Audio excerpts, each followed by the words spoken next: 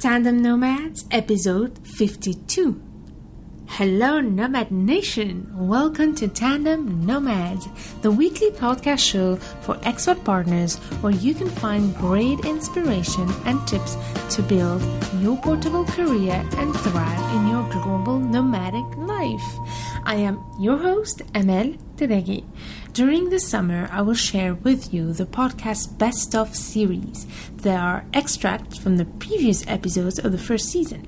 I organized this Best Of series by theme for each week. This week's theme is dedicated to TCKs, starting from giving birth, raising and educating kids abroad, to actually growing up as a TCK and building those adult values.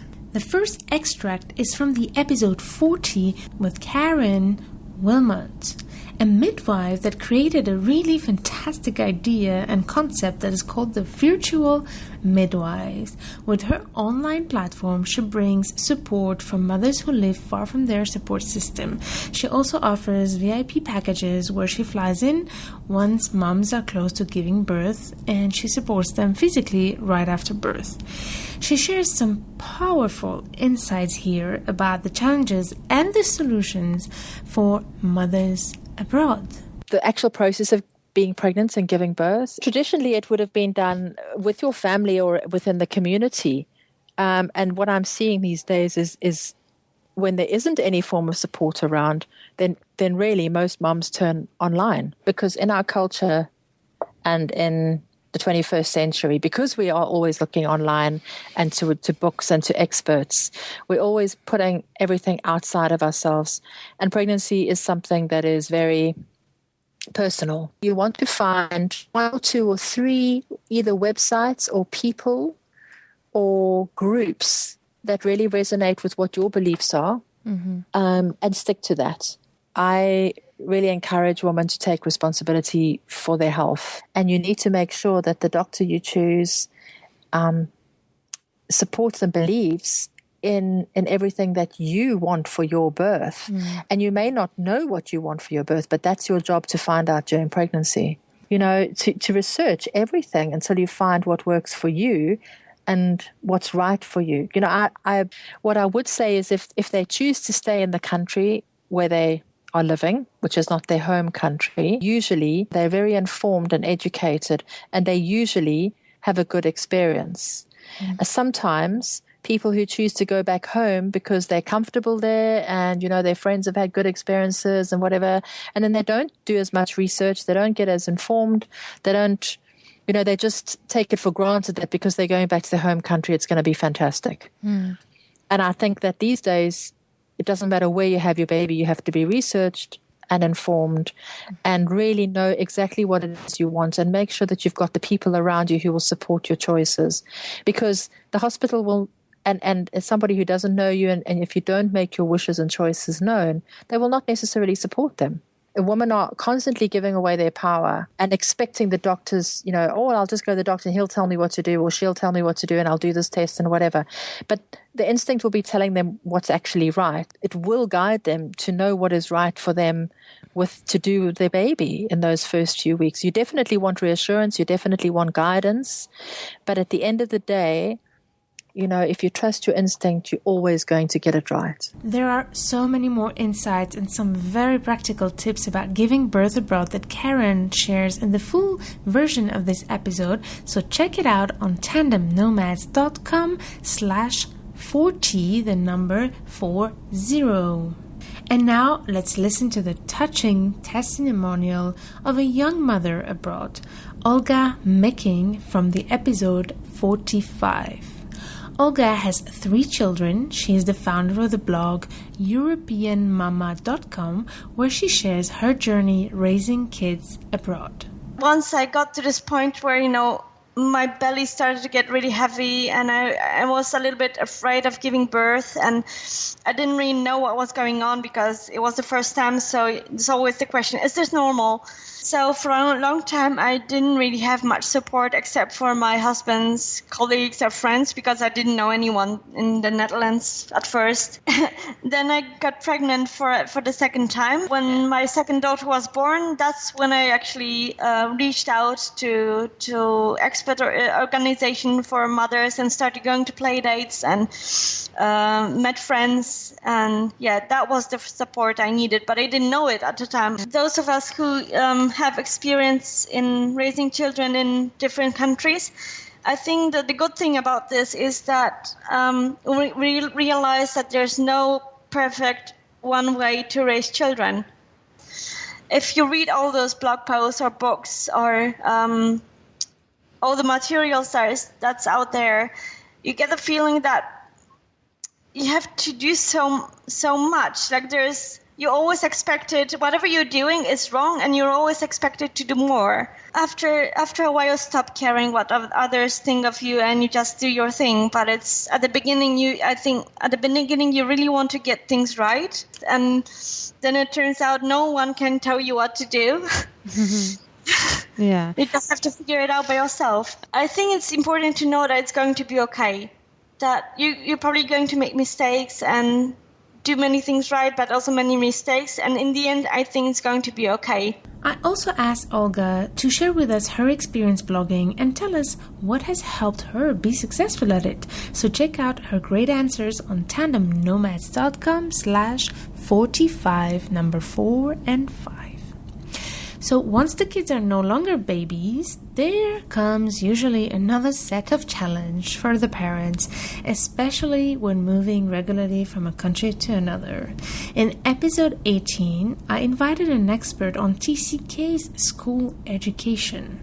Rebecca Greppo, the founder of RNG International Consulting, shares some great practical tips on how to make the best choices of schools and educational systems for TCKs. We've got to really be thinking about what is the impact of global mobility on kids and third culture kid issues, and how do we plan for transition, and what do we do? I've been thinking my entire career about why is it that some kids thrive in this lifestyle, and why is it that some of them struggle so much? So what can we do to encourage resiliency? What we're seeing in so many international schools right now is the move towards the International Baccalaureate. And that's another great program. But what I would be looking at is this a program something that is actually going to be a good fit for my child? Because, it's a lot of work, and it's pretty intense. And I've seen a lot of students where they're really in over their head. So I would be looking at that as well. The other thing is I really urge families when they do have kids in secondary school that they try to be consistent. So if you're going to choose British education, stick with British education all the way through. If you're going to choose the IB path, stick with it. If you're going to choose an American path, stick with it. But when you mix and match, it's not impossible, but it does make things a lot more complicated. But I've seen hundreds of boarding schools, and there are schools that I love and there are schools that I'm not so crazy about. The schools that I absolutely love are the ones that really help a child, adolescent develop into the person that they need to be. And those are such extremely formative years that you want them to be in a place with just tons of positive role models, experiences, and the opportunity for self-growth, not just about the academics. Rebecca shares many more insights and tips on TCK's education across the world, but also on her own experience as an expat partner who managed to build a portable business. Do not miss her inspiring story on tandemnomads.com/18 number 1 and 8. So fast forward to later on when TCKs start growing up and becoming adults. I selected 2 very interesting testimonials on this topic. The first one is from Nicola Henderson Ho.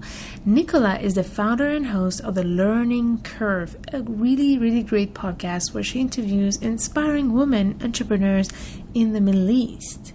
So in this particular extract, I was asking her about her biggest culture shock of living abroad, and it was actually really interesting to me how she related it with the challenge that I know a lot of TCKs experience when they go back to their actual passport country. I grew up here in the UAE, so when have I felt, with the lack of misunderstanding? And I have to say, when I went back to university in the UK, which is where I'm from, so it was going back to where I'm supposed to feel completely connected and completely rooted.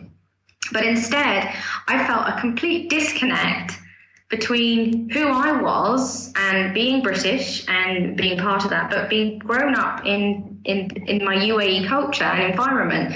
I went back to university and I was like, I was misunderstood as a person, but I was misunderstanding people that I should completely connect with, but we weren't. When I finished my degree 4 years later, I was very happy to leave the UK. Which is probably the positive side of it for me, because I was going home to what I understood and was my own culture. I have to repeat all my gratitude to Nicola, who was the first person I had ever interviewed for Tandem Nomads. Before even I was comfortable with all the technical aspects and even the skills of interviewing. It's not that easy. So I'm really grateful. Thank you, Nicola, for that. I'm so happy you trusted me with it. So in this first episode of Tandem Nomads, Nicola shares also her amazing journey as an expat spouse and how she used her natural talent and voice to build a portable business. Check out this episode where you will find all the information about Nicola on tandemnomads.com/1, the number 1. And now here's the second TCK who shares his experience with us, Tayo Roxon, that I interviewed on episode 16. Tayo is the founder of UYD Media and the podcast show As Told by Nomads. He was raised in 5 countries. He shares here his best lessons from living abroad and being raised abroad, and how he decided to use his difference to make a difference. I'm Nigerian, but I always describe myself as a walk-in contradiction. I don't look like I sound, and I don't sound like I look, because people always suspect certain accents from me, especially when they find that I'm Nigerian. But then people never think that I'm Nigerian because they think I'm African-American. So I really sat there and I was thinking, I'm a millennial. We live in a digital world. We live in an increasingly globalized world.